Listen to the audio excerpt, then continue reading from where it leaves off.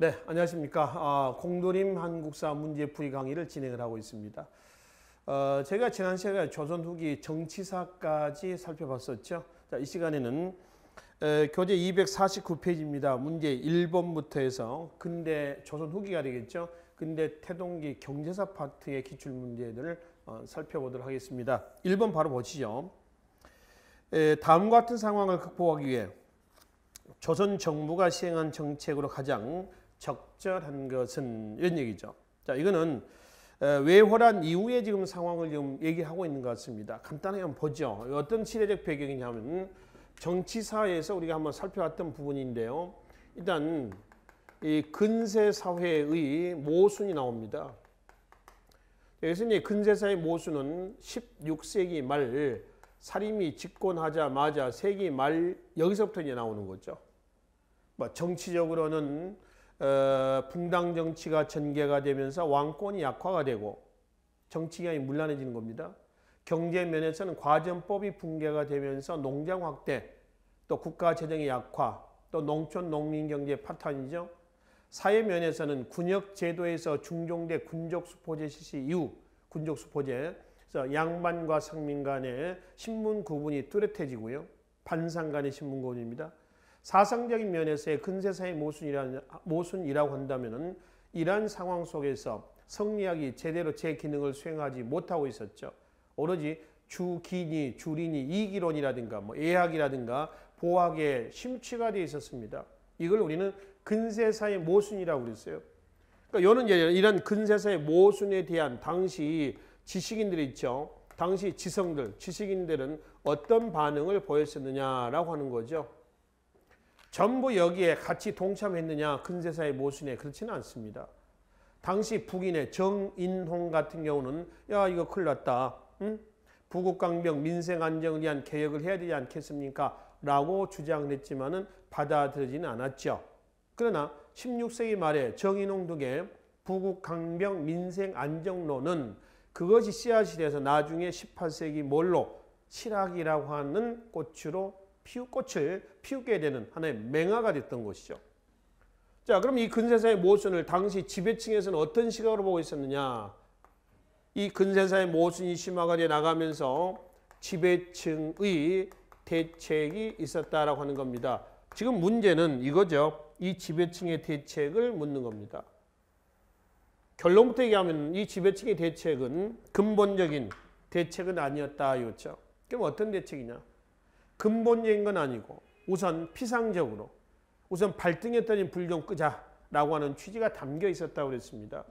예를 들면 정치 면에서는 비변사 기능을 강화하고 또 군사 면에서는 훈련 동안을 포함한 5군형 지방군 소공군의 편성이라든가 그 다음에 2조 전량직의 기능을 강화한다거나 또 사회 면에서는 양반 중심의 신문제를 더욱더 굳건히 한다거나 경제 면에서는 조세제도, 수치체제를 개편한다거나 일련의 이러한 지배층의 대책이 있었습니다. 그러나 한계는 근본적인 대책이 아니었다라고 하는 것이죠.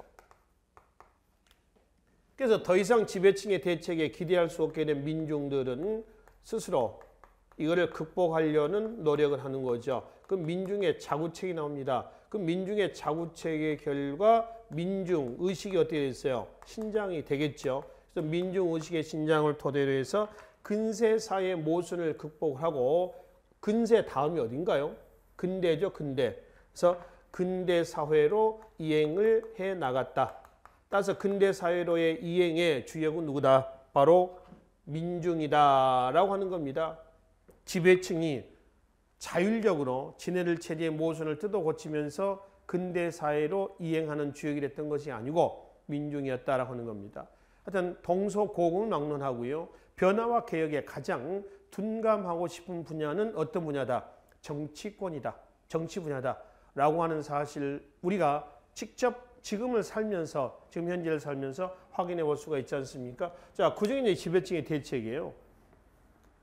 이 박스의 1번의 박스 내용은 경제적인 문제입니다. 이게 이제 근세사의 모순이라고 봅시다. 경제적인. 이 경제적인 근세사의 모순을 극복하기 위한 정부가 시행한 정책은 뭐냐? 이 얘기란 말이죠. 1번 양전사업의 실시, 토지조사 사업이죠. 원래는 20년에 한 번씩 실시한 걸로 되어 있습니다. 그리고 양전 사업의 결과 작성이 났던 토지 대장을 뭐라고 그래요? 양안이다 라고 얘기를 하는 것이죠. 이것 말고 또 이것도 있죠. 양전 사업 실시 뒤에 슬러시 하시고 하나 메모 좀 하겠습니다. 조세제도 개편입니다. 이 조세제도 개편은 전세제도에서 영정법, 그 다음에 공납의 대동법, 그리고 군역의 균역법이 되겠죠. 두 번째, 군적수포제는 중종대 때입니다. 중종이라면 외란 이전이에요. 그렇죠? 군역에서 군적수포제는 군적을 만들고요. 군적에 등재가 되면 포를 걷어들인다라고 하는 건데 1년에 12개월에 군포 몇 필? 2필을 걷어들인다는 거죠. 이 군적수포제 실시 결과 하나, 반, 양반입니다. 상민입니다. 반상간의 신분이 고정이 됐으며 왜? 군적을 만들 때 양반들은 관권과 결탁을 해서 군적에서 이름을 빼버리는 거죠. 그 군대 간가. 그거 안 가는 거죠. 이거 안 문다는 거예요. 그리고 이제 상민, 반상간의 신분이 뚜렷하게 고정됐다는 얘기는 그래서 양반은 빠져버리고 상민은 상민대로 양반이 무례할 것을 덤태기 쓰는 겁니다. 그래서 군대에 가면은 상민, 안 가면 양반. 이런 어떤 등식이 형성이 되는 거죠. 그리고 양반이 안 무는 것은 괜찮아요. 군적에 등재가 안 돼서 이름을 빼가지고 1년에 2필 내는 건 괜찮다는 겁니다. 문제는 상민들이 걔네 걸 덤태기 쓴다는 겁니다. 그래서 상민의 군역이 어떻게 됐다는 거예요? 가중됐다는 거죠. 인징, 족징, 황구첨정, 백골징포 등 이런 것들이 나오잖아요. 그렇죠? 이것은 군역의 폐단입니다. 이로써 조선의 군역제도라든가 내지 군사제도가 어떻게 했어요? 완전히 붕괴가 된 겁니다. 이게 군적수포제 실시 결과입니다. 누구 때인가요? 중종대 때라고 말씀을 드렸습니다. 중종 다음에 누구죠? 인종이죠. 다음에 명종이죠. 명종 다음에 누구죠? 선조죠. 이런 배경에서 선조 때에 뭐가 외란이 터졌어. 그러니까 외란 초기에 관군이 패배하게 된 요인은 여러 가지 요인이 있습니다. 그 중에 하나죠. 그렇죠? 하나입니다. 그래서 왜군이 부산 동래성을 함락한 이후에 1592년 4월 상륙을 해서 부산을 점령한 이후에 한양, 그 다음에 평양, 함경도까지 진출한 것이 얼마 걸렸다고 그랬어요? 2달이다, 2달. 2달 만에 전국이 유린이 됐었던 거죠. 이미 준비가 돼 있어.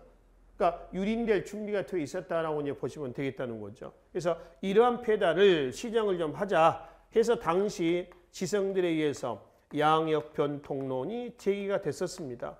근데 여기서 이제 양역 변통론이라 할 때 양인이 물고 있는 군역을 변통 한번 바꿔보자라고 하는 겁니다. 여러 가지 안이 있죠. 무슨 호포제 실시합시다. 또 농병일치 체제 실시합시다. 또 모든 사람에게 물립시다. 구전론이라든가 등등의 여러 가지 안이 있었습니다만은 굳이 양반 입장에서는 손댈 필요가 없죠. 양반 입장에서는 이거 그대로 가는 게 좋지. 그걸 굳이 뜯어 고칠 필요가 뭐가 있겠냐는 얘기예요. 그렇죠? 이거는 안 된 거죠. 그래서 이제 군적수포제 폐단이 계속 심화가 돼 나가다가 급기야 조선 후기 이용조 때 와가지고 역을 균등히 한다 해서 뭐가 나오죠? 균역법이 실시가 된 겁니다. 그래서 1년에 군포를 2필에서 몇 필로? 1필이죠. 1필로 반감을 합니다. 그래서 이제 균역청이라는 관청을 두고 2필에서 1필로 줄였어요. 문제는 반감된 군포는 어떻게 충당했느냐라고 하는 거죠. 일종의 부가가치세를 걷어서 충당을 했습니다. 예를 들어서 당시 일부 상류층들 에게는 선무, 군관포다에서요 1년에 군포 1필을 걷어댑니다. 선무군관은 명예직입니다. 그러니까 야 너 이리 와, 너 선무군관에 해서 감투를 씌워놓는 거죠. 그리고 군포를 물리는 겁니다. 자, 지주들한테는 뭐라고 해서 결작이라고 해서 토지 1결당 2두씩 걷어댑니다. 어세, 염세, 상세 원래 각 궁방으로 들어간 세금이거든요. 근데 균역법 실시관청 어디에서? 균역청에서 칭수해서 반감된 군포를 충당하고 있었다라고 하는 겁니다. 그러면 일부 상류층이나 지주가 무례했던 선무군관포나 결작을 얘네들이 부담을 해야 되는데 사실 뚜껑을 열어보면은 얘네들이 부담하지 않고요. 누구한테? 농민에게 전가시키는 겁니다. 떠넘기는 거죠. 그러니까 겉으로 봤을 때만 군포가 확 줄어든 것이 실제 내부적으로 보면은 농민의 부담은 여전하거나 그렇죠? 더 늘어나면 늘어났지 줄어들지는 않았다라고 하는 걸 확인해 볼 수가 있죠. 하여튼 조선 후기의 영정법, 대동법, 균형법의 한계가 다 이거와 같다라고 보시면 되겠죠. 자, 일단 2번의 군족수포제는 이런 걸 얘기한다는 거죠.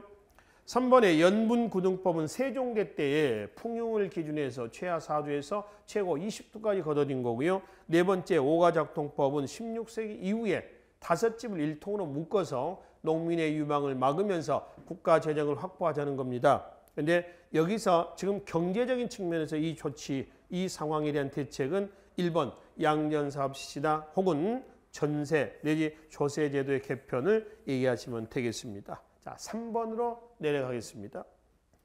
다음 자료가 등장한 시기에 나타난 경제적 변화에 대한 설명 중 옳지 않는 것은 지금 이게 이양법에 대한 얘기예요. 이양 모내기를 하는 겁니다. 그러니까 모판에다가 벽실을 뿌려서요. 어느 싹이 트면은 이걸 다시 뽑아가지고 논에다 옮겨 심는 거죠. 이양입니다. 모내기법이라고 얘기를 하죠. 정부는 이양법을 금지합니다만 농민들은 금지 조치도 불구하고 계속 확산해 나갔었죠. 특히 이양을 하는 것은 세 가지 이유다. 김매기 노력을 더는 것이 첫째요. 두 땅의 힘으로 모 하나를 서로 기는 것이 둘째며 좋지 않는 것은 솎아내고 싱싱하고 튼튼한 것을 고를 수 있는 것이 셋째다 했습니다. 그러면 어느 시기예요? 조선시대입니다. 고려 말에 일부 남부 지방에서 이양법이 실시가 돼요.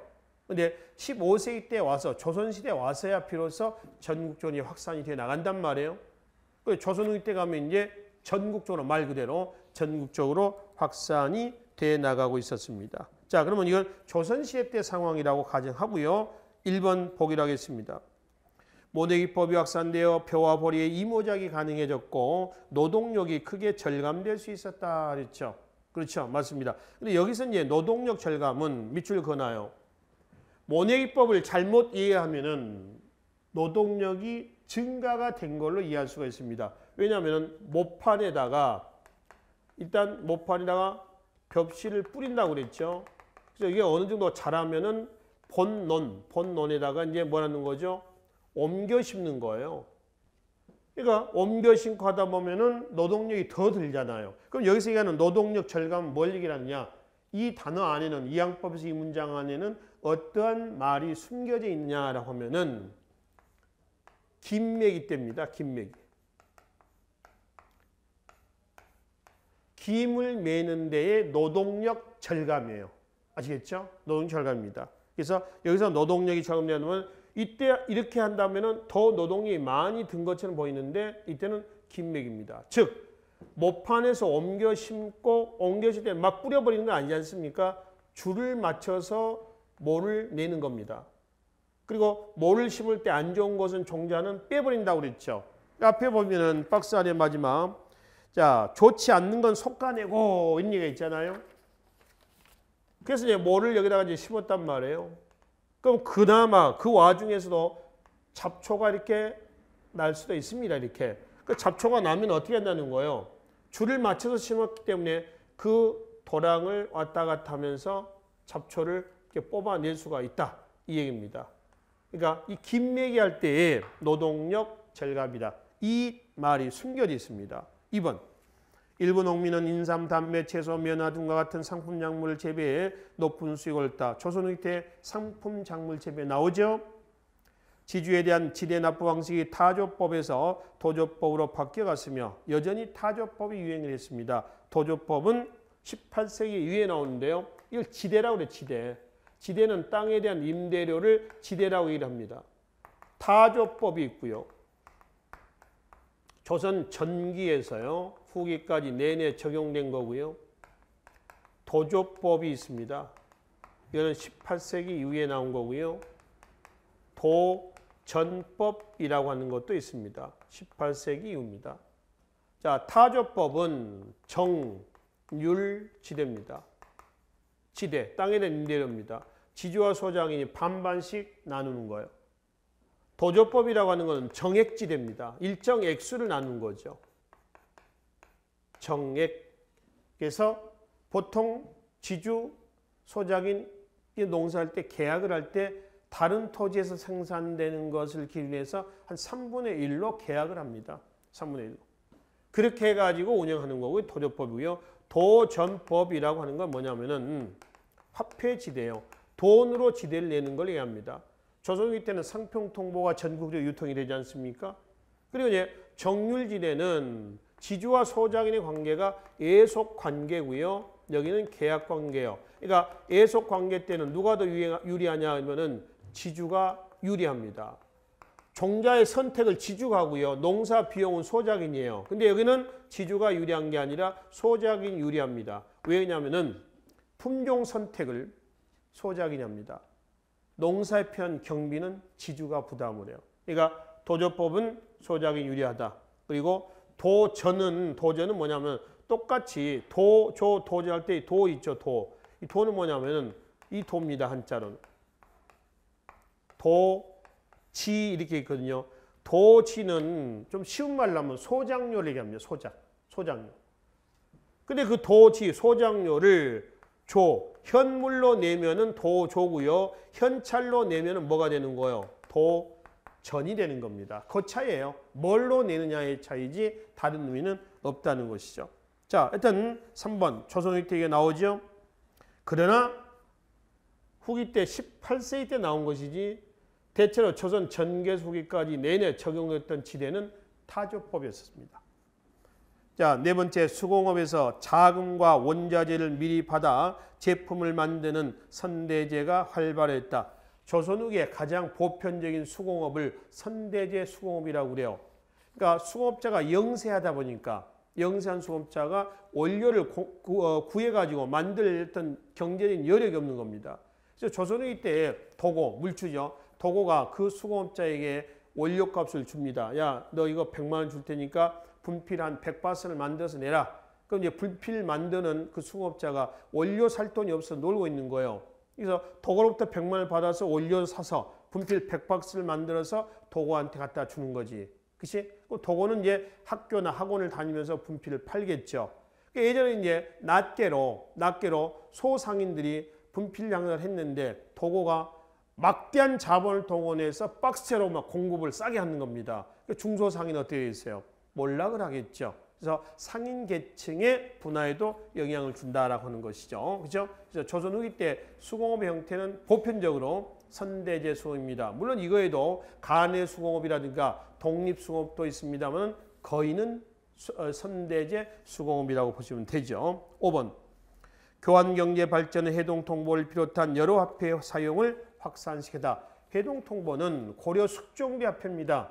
해동중보, 사만통보, 사만중보, 동국통보, 동국중보, 또 은병, 활구라고 하는 은병 다 고려 숙종이에요. 조선시대 때 화폐, 조선 전기 때 예를 들어 뭐 태종대 때 저화라든가 지폐, 세종대 조선통보라든가, 세조 때 팔방통화라든가 전패라고도 그러죠. 유엽전이라도 하고요. 이런 화폐가 있었지만은 조선 전기 때는 유통경제 미발달과 화폐에 대한 인식 부족 등으로 해서 주로 물물 교환했지 화폐 유통이 잘 안 됐다고 그랬습니다. 조선 후기 때 가면은 인조 때 발행하고 효종대 때 유통을 시키고 광해군대 때의 그 대동법 실시와 함께 숙종대 때 전국적인 대동법 실시로 해서 전국적으로 유통되는 화폐가 있었습니다. 그게 뭐예요? 상평통보였었죠. 그렇죠? 그래서 다섯 번째는 고려의 화폐예요. 지금 조선시대 때 상황이니까 5번은 잘못됐다는 겁니다. 자, 5번 문제로 내려가겠습니다. 밑줄 친 이 제도에 대한 설명으로 옳은 것은 국왕이 말했다. 나는 일찍부터 이 제도를 시행해 여러 해의 평균을 파악하고 답펌이라고 하는 것은 직접 가서 조사해서 세금을 걷어들인 걸 답펌이라고 그래요. 답펌의 폐단을 영원히 없애려고 하였다. 이 제도를 시행해서 조선의 전세제도에서 보면 국초에 뭐가 있었어요? 답펌, 손실법이 있었죠. 수확량의 10분의 1을 거뒀습니다. 그러니까 직접 가서 조사해서 발로 밟고 눈으로 보고 해가지고 손실 계산해서 수확량의 10분의 1을 거둬들였습니다. 이거에 배달을 시장하자라고 하는 것이 세종대 때의 공법, 우리나라 최초의 국민투표법이라고 그랬죠. 17만 명의 국민들, 백성들의 의견을 직접 청취해서 가부를 결정했다고 그랬습니다. 세법이라고 해석합니다. 공법은. 그래서 나온 것이 전분, 육등법, 그 다음에 연분, 구등법이었었죠. 그래서 전분, 육등법은 이거는 토질의 크기를 바꾸는 겁니다. 토질을 기준해서 토지의 비옥도를 기준해서 1등전에서 6등전. 그럼 세금은 어떻게 거두느냐? 이걸 이제 고친 거죠. 연분, 구등법이라 해서 풍, 흉, 풍년이냐, 흉년이냐, 풍흉을 기준해 가지고 최하 얼마죠? 4두에서 제가 얼마요? 20두까지 거두어 드리는 겁니다. 아시겠죠? 그러니까 지금 문제 5번의 미출친 이거는 뭐냐 이러면은 바로 연분 구등법입니다. 특히 둘째 줄. 신하를부터 백성까지 두루 물어보니 국민투표했다는 거예요. 반대하는 사람은 적고 찬성하는 사람이 많았으므로 백성의 뜻도 알 수 있다 그랬습니다. 근데 큰 차이는 없어요. 큰 차이는 없습니다. 반대, 찬성 거의 비슷합니다. 거의 비슷해요. 그래서 통과가 된 법이에요. 이것이 세종대 공법이었다라고 하는 것이죠. 자, 그러면 1번 토지의 연분 구등법에 대한 얘기를 하는 겁니다. 토지의 비옥도에 따라 조세를 차등 징수하였다 그랬습니다. 토지의 비옥도에 따라서 비옥도 뭐죠? 전분 육등법 나눠서 차등 얼마? 4두에서 얼마죠? 20두까지 풍흉을 기준해서. 그래서 전분 육등법과 연분 구등법 1번이죠.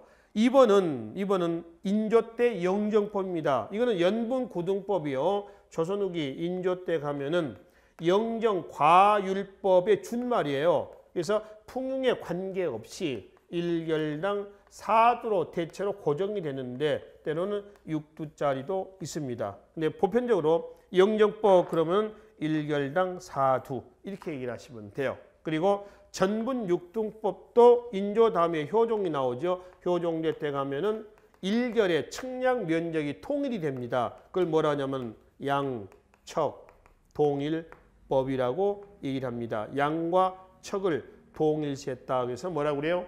양척 동일법 이렇게 얘기를 한다는 거죠. 아시겠죠? 자, 세 번째. 토지 소유자에게 1결당 미곡 12두를 조세로 징수했다. 이거는 대동법화에서 대동미 1결당 12두죠. 네 번째, 토지 소유자에게 수확량의 10분의 1. 이게 다폼손실법이에요. 이 폐단을 시작하자는 것이 세종대 때 뭐다? 공법이다라고 하는 것이죠. 그래서 1번이 여기에 해당이 되겠습니다. 7번 보겠습니다. 보기의 가를 해결하기 위해 시행된 제도에 대한 설명으로 옳지 않는 것은 곡물 방납의 폐단을 시정하자는 것은 뭐예요? 대동법입니다.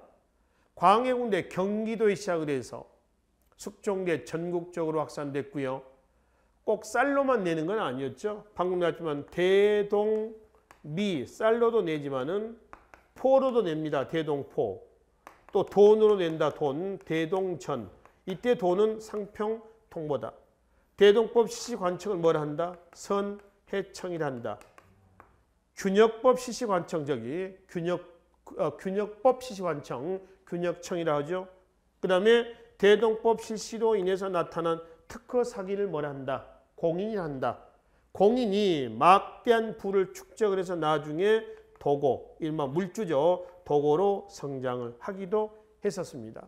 한편 대동법 실시 지역에서 빠진 지역을 인유지역이라고 해서요. 함경도, 평안도, 제주도.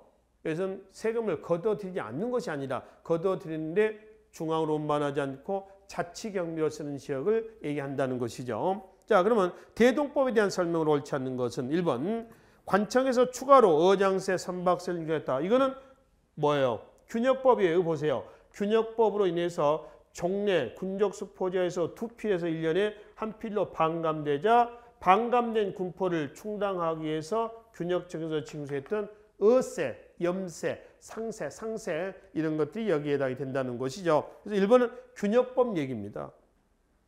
2번 광해군대 때 이렇게 맞죠? 시작합니다. 3번 공납의 폐단을 방지하기에 막기에 곡물 대신 쌀로, 꼭 쌀로만 내는 건 아니고요. 쌀 말고 포나 돈으로 낸다. 공가는 공납물을 사다가 갖다 바쳐라 해서 주는 돈을 공가라고 합니다. 즉 선해청에서 공가를 누구한테 주는 거죠? 바로 공인한테 주는 겁니다. 공인한테. 공인한테 주면서 이제 국가가 야, 너 내가 1,000원을 줄 테니까 뭐 신발을 예를 들어서 한 10켤레를 사다가 바쳐라. 그러면 공인이 신발 공장을 이제 직접 발품을 팔아가지고 다니면서 신발 10켤레를 사요. 최대한 값도 싸고 품질도 좋은 신발 사겠죠. 그래서 공인이 사가지고 선해청에다 납품을 하면 된다는 거죠. 이게 대동법 실시 과정입니다. 그래서 2, 3, 4 이건 대동법에 대한 얘기고요. 1번이 균역법에 대한 내용이 되겠습니다. 자, 9번 문제로 넘어가도록 하겠습니다. 다음 지시에 따라 실시된 제도로 오는 것은 자, 이 왕은 누구냐면은 뭐겠어요? 영조죠. 이거 아닙니까? 군적 수포제 폐단을 시정하게 한 양역 변통론이 나왔고 그것은 잘 안 됐고 그리고 이제 결국 이것과 이거를 절충한 뭐가 나온다? 균역법이 나오는 겁니다. 그렇죠? 그래서 호포나 결포 모두 문제가 있다. 이제 한 필을 줄이는 것으로 온전히 돌아간다 그랬거든요. 2필에서 한 필로. 한 필을 줄이는 걸로. 그래서 균역법에 대한 얘기예요. 1번. 지조법을 시행하고 호조로 제정을 일원하자라고 1884년 갑신정변 때의 개혁요강 14개조 중에 이게 나옵니다. 그래서 주의하실 것은 지조법이라고 하는데요. 지조법은 토지에 부과했던 조세제도를 얘기하는 거지 지조법입니다. 그러니까 이거는 조세제도예요. 조세제도를 얘기하지 토지제도를 얘기하는 것은 아니다. 아셨죠? 그러니까 우리가 그 갑신정변을 위로부터의 개혁이다라고 얘기를 하잖아요. 요 얘기입니다. 두 번째, 특산물, 토산물을 징수하는 곡물을 쌀이나 무명, 동전 등으로 동일하였다. 이건 대동법이네요. 쌀, 대동미, 포, 전 이런 것들이죠. 3번, 황폐해진 농지를 개간하도록 권장하고 전국적인 양전 사업을 실시했다. 이거는 뭐예요? 정부의 중농정책에서 나온 거지. 이 자체가 균역법하고는 아무런 관계가 없다는 거죠. 4번. 일부 양반층에게 선무군관이라는 칭호를 주고 군포 한 필을 납부하겠다. 이거죠. 이게 균역법이죠. 그렇죠? 그래서 4번이 9번의 정답이 되겠습니다. 자, 11번 문제로 가겠습니다. 조선 후기의 경제활동에 대한 설명을 옳지 않는 것은 대동법 시행으로 곡물 납부는 모두 쌀을 납부하는 것으로 밝히다. 모두가 아닙니다. 모두가 아니고 뭐죠? 쌀로도 내지만은 포로도 내고요. 돈, 상평동보라고 했습니다. 돈으로도 낸다라고 하는 거죠. 두 번째, 영정법을 제정해서 풍융에 관계없이 토지 1결당 옛날 20도에서 4도 4도로 고정이 됐고요. 세 번째, 사상의 활동은 여기서 사상은 관상의 반대 사상입니다. 사상, 의주의 만상, 평양의 유상, 개성의 송상. 개성의 송상은 이제 전국의 각 지점, 송방도 있고요. 부산 동네의 내상 다 사상입니다. 이 사상의 활동은 개성과 평양과 의주 동네 등 지방 도시에서 활발했다. 지금 말씀드렸죠. 덕대가 노동자를 고용해서 광사를 개발하게 했다. 그렇죠? 맞죠? 이 도고, 아까 이런 도고, 물줄을 얘기한다고 해서 돈 많은 사람을 얘기합니다. 도고가 광업에도 투자를 하기도 합니다. 도고가 광업에 투자한 것은요, 덕대제라고 해서 덕대가 있어요. 덕대는 어떤 광산의 총책임자라고 보면 되겠습니다. 덕대입니다. 덕대. 덕주가 아니라 덕대고요. 덕대 밑에 누가 있냐면 혈주가 있습니다. 혈주. 혈주는 현장 감독이라고 보시면 됩니다. 공사장에. 그 밑에는 노동자들이 있습니다. 노동자들. 그래서 노동자들은 뭐 채굴 노동자도 있고요. 뭐 재련 노동자도 있고요. 그다음에 운반 노동자도 있고요. 등등등등 해서 분업화돼 있어요. 분업화 있다. 그래서 덕대가 사업 계획서를 짜가지고 물주한테 가는 거야. 야, 네가 한 10억만 투자해라. 그럼 내가 말이야 금을 한 10톤을 캐가지고 너한테 주겠다. 그래서 이제 도고가 10억을 투자하는 거야. 그래서 10억을 가지고 와서 덕대가 혈주한테 야 얘를 좀 모아라 해가지고 모아가지고 이렇게 딱딱 분업화 시킵니다. 그래서 금 10톤을 캐서 갖다 주고 10억은 덕대가 해서 한 5억 먹고 얘가 한 1억 먹고 노동자를 임금을 다 주는 거죠. 이렇게 해서 운영했다는 거죠. 그래서 조선 후기에 상업에서의 자본 있죠. 상업 자본은 광업에도 영향을 주고요. 또 얘네들은 아까 수공업, 조선 후기에 가장 보편적인 수공업은 무슨 수공업이라고 했어요? 선, 대, 제 수공업이라고 했죠. 수공업에도 관여를 하고 또 중소상인의 몰락에도 영향을 준다고 그랬습니다. 대규모 매점, 매석 상인이라고 그랬죠. 상인 계층에도 영향을 준다. 이런 얘기입니다. 아시겠죠? 이 도고는 공인이 부를 축제해서 도고로 성장하기도 했지만 사상, 자 의주의 만상, 개성의 송상, 부산 동네 내상, 평양의 유상 얘네들도 부를 축제해서 뭘로? 도고로 성장하기도 했다는 것이죠. 이렇게 해서 이제 경제적인 부를 축적한 이 사람들은 거기서 끝나는 게 아니라 양반 신분을 획득해서 양반으로 신분 상승도 한다고 그랬죠.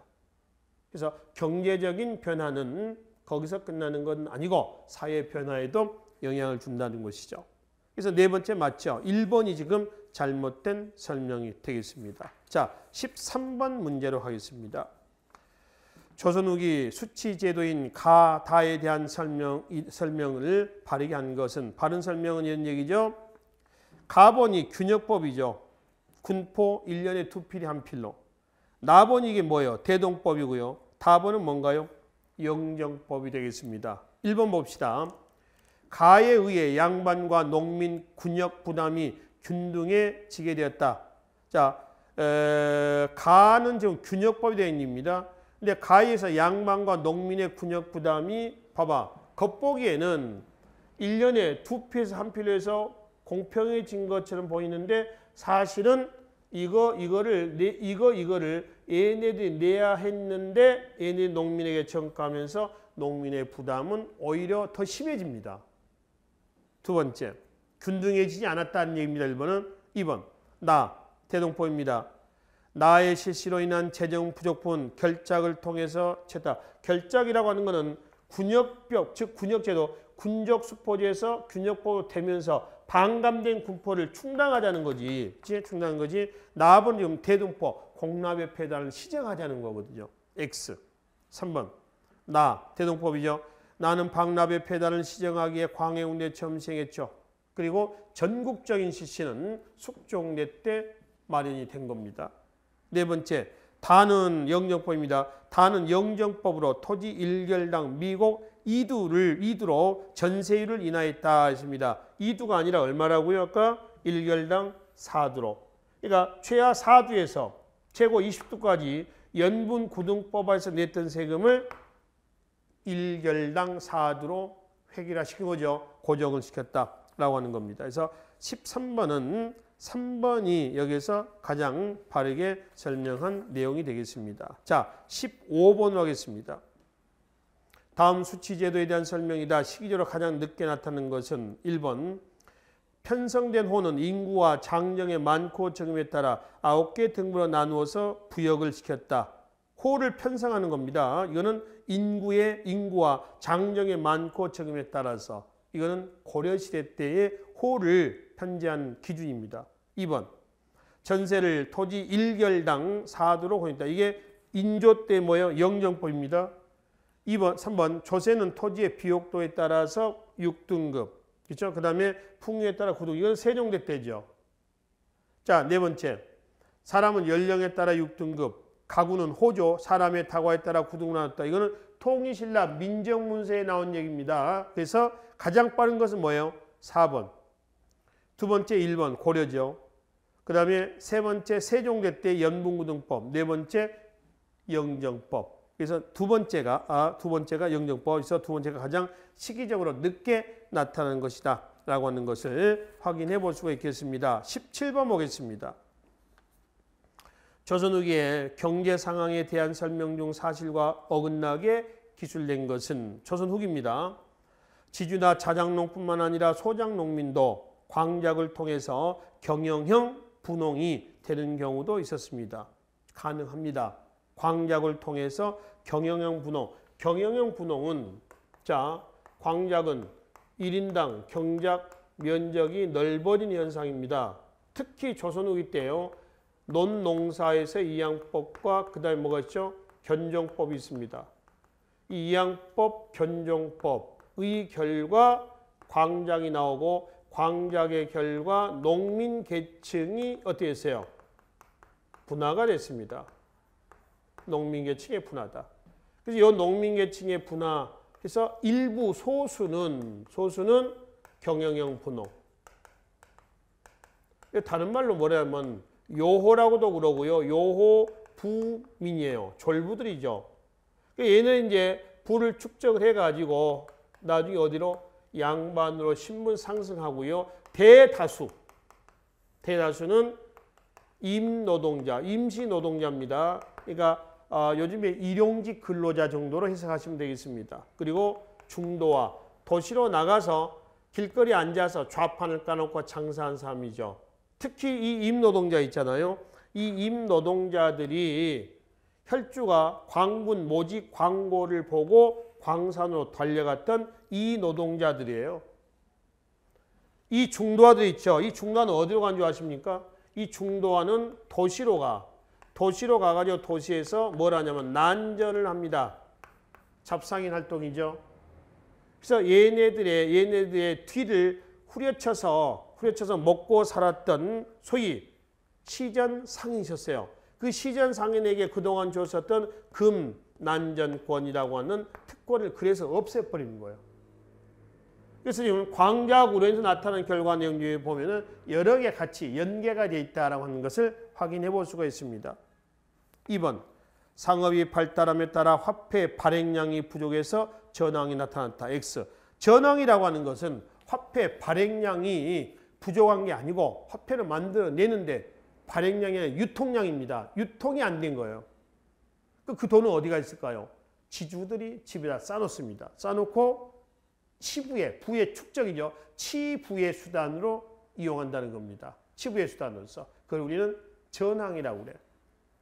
자, 그래서 화폐 발행량이 아니라 유통량이 부족해서 이렇게 얘기해야 됩니다. 3번 혈주나 덕대가 직접적인 광군을 고용해서 광산을 경영하고 물주한테는 일정한 몫을 분배하였다 했죠. 아까 이거요. 덕대, 혈주, 노동자, 그리고 이제 물주, 도고 이 관계입니다. 맞죠? 4번 공인은 대체로 특정 상품을 대량으로 취급했기 때문에 독점적 도고로 성장할 수가 있었습니다. 아까 나왔죠? 공인이 도고로 성장했고 도고는 사상들로 도고로 성장한다고 그랬습니다. 맞습니다. 밑에 정답 좀 보시면은 17번이 4번, 18번이 2번이 되는데 그게 편집 과정에서 바뀐 것 같습니다. 그래서 17번의 정답은 2번이에요. 4번이 아니고 2번 수정 좀 하십시오. 그리고 18번의 정답은 4번입니다. 2번이 아닙니다. 곧 18번 문제는 이런 얘기거든요. 동쪽에서 유행한 것은, 동쪽에서 흔한 것은 서쪽에서는 뭐하다? 귀하다. 그 다음에 서쪽에서 흔한 것은 동쪽에서도 뭐하다는 거예요? 귀하다는 겁니다. 그래서 서로 뭐 해야 한다? 유통영역 발전시켜서 수리와 선박을 이용해서 갔다가 멀리 가서 갖다 팔고 또 여기서 귀한 걸 거기서 사오고 이렇게 해야 된다는 거죠. 네 번째, 그래서 수레나 선박 등의 유통수단을 이용해야 한다. 이런 얘기입니다. 박지원의 중상실학자 박지원입니다. 박지원의 주장 내용에 해당이 되겠습니다. 자, 19번 문제로 가겠습니다. 다음은 장시와 관련된 글이다. 이 글을 통해 추론할 수 있는 장시의 사회적 의의로 가장 옳은 것은 삼전시호 개인신. 자, 전국책에 수록된 이 말은 시장에 나온 이야기를 세 사람만 전해도 모두 믿을 수가 있다는 뜻이다. 모르는 것이 없는 사람을 세물전 영감이라고 한다. 각종 경조사 때 사기 그릇이나 소반 등을 빌려둔 곳이 세물전이므로 이곳에 앉아있으면 사사로운 남의 집 사정까지도 저절로 알게 되기 때문이다. 이랬습니다. 장시. 보부상들이 주로 이제 왔다 갔다 하면서 상행이 됐던 지방에 5일마다 열렸던 장시입니다. 그러면 이 장시의 이 내용을 통해서 장시의 사회적 기능으로서 가장 옳은 것은 이죠. 1. 장시는 정보 교환의 장소로서 농촌 사람들의 대화를 통해 사회 의식과 비판 의식을 키워나갔다. 이 장시를 통해서 곧 봐봐요. 민중 의식 신장의 무대가 됐다는 겁니다. 무대가 됐다는 거죠. 이 얘기 맞죠? 두 번째. 양반은 장시가 자신들의 지위와 체면을 유지하는 데 오히려 위험을 줄 수 있기 때문에 기피하였다. 전혀 관계없는 얘기입니다. 세 번째, 장시에는 여러 사람들이 모여 체면을 차리지 않아도 되었으므로 서로 속이고 속는 곳, 야바이꾼들이 많이 모이는 곳, 그런 의미는 아니죠. 내용은. 4번. 장날은 매일 반복되는 농민의 단조로운 생활의 변화를 줄 뿐만 아니라 시간 개념을 부여하는 계기가 되었다. 시간 개념 그런 건 없습니다. 그래서 1번이 지금 여기서 얘기하고 있는 장시의 사회적 기능에 가장 적절하다. 이런 이해가 되겠죠. 자, 21번 문제로 넘어가겠습니다. 다음 글에서 밑줄친 조치와 관련된 설명으로 옳지 않는 것은, 자, 이거는 통공 발매. 그러니까 우리가 그 정조 때 앞서 말씀드렸었던 신해통공이에요. 앞 시간에 말씀드렸던 신해통공 1791년입니다. 상업에 있어서는 상업, 시전 상인에게 줬던 금난전권의 폐지, 그다음에 수공업에 있어서는 공장원의 폐지, 요 얘기했었습니다. 그걸 전제로 해가지고 1번, 시전 상인의 침탈로부터 중소 상인을 보호할 수가 있었고, 그래서 유기전 상인이 갖고 있는 금난전권 놔두고 시전 상인이 가지고 있는 금난전권만 없앴다는 거예요. 2번, 육주 비전을 제외한 나머지 시전 상인의 금난전권을 철폐하였다. 맞죠? 육주 비전이라는 용어가 있는데요. 이게 2009년도 문제거든요. 육주 비전은 지금도 쓰긴 씁니다. 근데 육의전이라고 보편적으로 얘기합니다. 비단, 무명, 종이, 어물, 모시에서 육의전 나오죠. 그걸 얘기를 합니다. 맞죠? 3번, 서울에서 상품거래가 활발해지고 물가 앙등, 폭등이죠. 물가 폭등도 막을 수가 있었다. 맞습니다. 네 번째, 금난전권의 철폐로 사상, 도고의 상권이 크게 위축되었다. 천만에 조선일 때 도고, 물주죠. 사상, 도고. 얘네들이 어떻게 위축이 돼요? 아니면 점점 커져요? 점점 커지죠. 자본주의적인 모습이 나온다는 겁니다. 그래서 4번이 잘못된 설명이 되겠습니다. 자, 23번으로 넘어가겠습니다. 다음은 19세기 초 경북 일부 지방에서 불려진 농가이다. 이러한 내용이 나오게 된 배경과 일치하는 걸 아래에서 모두 고르라 했죠. 이거 경상북도 포항 지방의 농가입니다. 지금 뭐냐면은 이 노래요, 노래. 이종의 농요입니다. 농요. 담배가 있습니다. 특용작물이죠. 외란 때 일본에서 들어온 겁니다. 담배는. 그러면 이러한 내용이 나오게 된 배경과 일치하는 걸 고르자라고 하는 겁니다. 기업. 경작지의 규모를 확대해서 농가의 소득을 높였고, 그래서 특용작물 재배하는 겁니다. 니은. 지주에게 소작쟁이를 벌여서 소작료 인하 및 도지로 전환했다. 도지. 아까 도지, 소작료로 전환했다. 이런 얘기입니다. 디귿. 토지에서 이탈하여 도시에 나가 임노동자가 됐다. 이거는 특용작물 재배가 아니라 광작의 결과 임노동자와 중도화가 나온 겁니다. 그렇죠? 이건 특용작물 재배하고는 관계가 없습니다. 네 번째, 고리대업을 통하여 부를 추구하고 그 소득으로 토지를 매여 있다. 이런 일이 조선시대 때, 조선시대 때 있겠죠. 있었을 겁니다. 이런 거 있었을 건데, 이거는 문제는 특용작물 재배로 인해서 나타난 배경이나 결과하고는 전혀 무관하다는 겁니다. 그렇죠? 그래서 리을도 관계없습니다. 기업과 니은이 이게 나오게 된, 특용작물 재배가 나오게 된, 이 박스 내용이 나오게 된 앞에 배경에 해당하는 내용이 된다라고 하는 거죠. 그럼 이제 그렇게 봤을 때 리을이 있죠. 리을 같은 경우는 이 박스 내용의 특용작물 재배 배경이 아니라 결과라고 볼 수가 있죠. 결과. 그렇죠? 특용작물 재배로 돈을 많이 모아서 고리대를 통해서 부를 추구하고 그 토지, 그 소득으로 토지를 매입할 수 있겠죠. 그러니까 전후 상황을 보시고 문제는 결과를 묻는 게 아니라 배경을 묻는 겁니다. 그래서 기업 니은이 여기에 해당이 되겠다라고 하는 것이죠. 자, 25번으로 넘어가겠습니다. 조선 후기 지대와 항조 운동에 대한 설명 중 틀린 것은 관행되는 지대는 병작 판수하여 수학의 2분의 1을 현물로 걷어들였다 했습니다. 이거죠. 아까 했던 타조법입니다. 반반씩 내는 거죠. 지주와 자기는 소작입니다. 토지를 매입할 때 자본을 공동으로 부담하겠다. 그만큼 소작인의 지위가 상승했다는 겁니다. 3번 도조법에서는 도조법입니다. 도조법 지주가 종자 선택, 수확, 운반, 토지 개량에 간섭을 했다. 도조법에서는 이거는 타조법 얘기고 도조법에서는 누가 유리하다고 그랬어요? 소작이 유리합니다. 종자 선택 소작이냐입니다. 농사에 필요한 경비는 누가 부담한다? 지주가 한다는 거죠. 3번은 도조법이 아니라 타조법 얘기죠. 4번 궁방전의 경우는 도지권을 가진 농민이 제3자에게 소작을 줄 수도 있었습니다. 도지권, 소작권, 도지권 이꼴 소작권이다라고 하는 거죠. 맞죠? 그래서 3번이 잘못되어 있습니다. 27번입니다. 역대 화폐 발달을 설명한 내용으로 옳은 것은 고려시대는 상업활동의 융성으로 인하여 활구가 유행하였다. 나왔지만은 고려 때 화폐는 유통이 잘 돼요, 안 돼요? 안 되죠. 여전히 물물 교환한다고 그랬습니다. 2번 고려 말에 출현한 지폐인 저화는 조선 건국과 함께 유통이 금지했다. 천만에 태종대 때 유통이 됐다고 그랬죠. 뭐 어떻게 생겼는지는 남아있지 않아서 확인할 수 없지만은 3번 조선 숙종대부터 주조되기 시작한 상평통보는 교환 및 재산 축적의 수단으로 가능하였다. 그럴듯한데 숙종대 때가 아니죠. 상평통보는 인조 때 발행을 합니다. 그러니까 주조를 하는 거죠.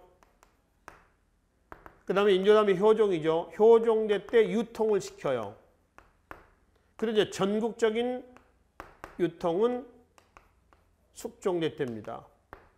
대동법이 숙종대 1608년에 전국적으로 실시가 되죠. 확대. 그래서 숙종입니다. 그래서 주조되기 시작한 것은 인조부터예요. 4번 조선 후기의 전황에도 불구하고 소장료를 화폐로 지불하는 현상이 발생했다. 돈으로 내는. 그걸 우리는 뭐라고 하죠? 금납화다. 세금을 금덩어리로 낸다는 게 아니라 세금을 돈으로 낸다라고 하는 거죠. 돈으로. 조선 후기 세제 개편에서의 특징은 금납화 그리고 전세화. 토지에 대한 세금으로 냈다. 그래서 전세와 금납화라고 얘기를 하는 것이죠. 자, 29번으로 하겠습니다. 조선 후기 경제활동을 하는 사람들의 모습이다. 가라에 대한 설명으로 적절하지 않는 것은 갑은 보겠습니다. 은진 강경장에서 상평통보를 가지고 거래하는 보부상. 나번은 청상인에게 비단 약재를 사는 의주의 상인. 누구죠? 얘네들이? 의주의 만상이죠. 3번 황해도 수안의 금광을 찾아 몰려든 광군. 광업에서. 4번 철점에서 제품을 생산하고 판매하는 민간 수공업자였습니다. 자, 1번 보겠습니다. 보부상.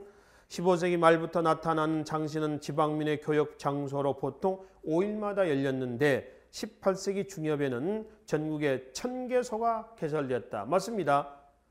두 번째는 의주의 만상입니다. 국제무역에서 사적 무역인 후시가 허용되면서 개시 후시 그러죠. 개시는 공무역이고요. 후시는 사무역입니다. 두드러진 활동을 보인 상인은 의주의 만상과 부산 동네의 내상이었다. 맞습니다. 보세요. 조선 후기의 대표적인 사상들을 해가지고 아까 누가 쓰면 의주의 만상, 평양의 유상, 개성의 송상, 부산 동네 내상입니다. 자, 그 중에 이 사람들은 청과의 무역을 통해서 많은 부를 축적을 했고요. 송상과 내상은 일본과의 무역을 통해서 많은 부를 축적을 했습니다. 그럼 결국 여기서 양다리를 걸치는 상인은 누구예요? 송상입니다. 그래서 송상의 역할에서 청과 일본의 공통적인 수출품 그러면 인삼이죠. 송상의 주력 품목이 인삼 아닙니까? 그리고 일본에서 사다가요. 청에다가 되팔았던 중개 무역을 했던 것이 하나 있죠. 그게 뭐예요? 은입니다. 은의 중개무역. 조선시대 때 은광 개발이 활발했던 이유도 여기서 찾으시면 되겠습니다. 그래서 2번은 고액이고요. 자, 3번 다 광산 경영은 경영 전문가인 물주가 상인에게 자본을 조달받고 채굴업자, 노동자를 고용해서 광물을 채굴하고 재련하는 것이 일반적이었다. 물주가 상인에게 자본을 조달받는 게 아니라 물주가 상인에게 아니라 덕대가 물주에게 자본을 받아서 혈주, 노동자 이렇게 고용해서 한 팀으로 해가지고 운영하는 겁니다. 이걸 덕대제라고 얘기를 한다는 거죠. 이건 잘못된 거죠. 자, 라번 민간 수급자는 대체로 상업 자본을 지배받았지만 선대제 수급이죠. 18세기 후반에 이르면서 독자적 생산과 이를 직접 판매하는 수급자, 이걸 독립수공업자라고 일하는 거죠. 다 말씀을 드렸어요, 앞에서. 그래서 3번이 광업에서 잘못 설명한 내용이 되겠습니다. 자, 그래서 29번까지요. 조선 후기 경제사 파트를 마무리하고요. 다음 시간에는 그 뒤에 이어서 살펴보도록 하겠습니다. 수고하셨습니다.